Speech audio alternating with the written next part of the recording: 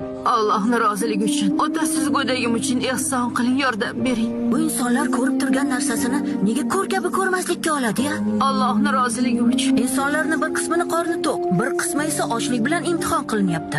Nima uchun tilanchilik qilyapsiz? Otasi olamdan o'tdi. Men kasalman, ishlay olmayapman. Ikkalamiz ham ochmiz. Och qolganingizni sezmagan qo'shnilaringizga o'zim saboq beraman. Siz aslo tashvishlanmang. Alloh taolo jamoatni ularga omonat qilib bergan insonlar bilan sinaydi. Ammo bu shaharning insonlari omonatga xiyonat qilishadi. Insonlar och, sizlar esa bu yerda sho'rva, palov, ayron bilan maza qilib ovqatlanyapsiz. Lekin ba'zi odamlar och yotibdi. Nima deyapsan? Bu nima o'g'lim? Tavba. Bugun bozorda go'dagi bilan tilanchilik qilib o'tirgan bir ayolni ko'rdim. Odamlar yonidan beparvo o'tib ketyapti. Ochlar to'yguniga qadar hech birimizni baxtli bo'lishga haqqimiz yo'q. Haqiqatning to'qmog'i bo'lib ko'zimizni ochding bola. Yurtimizdagi insonlar, qo'shnilarni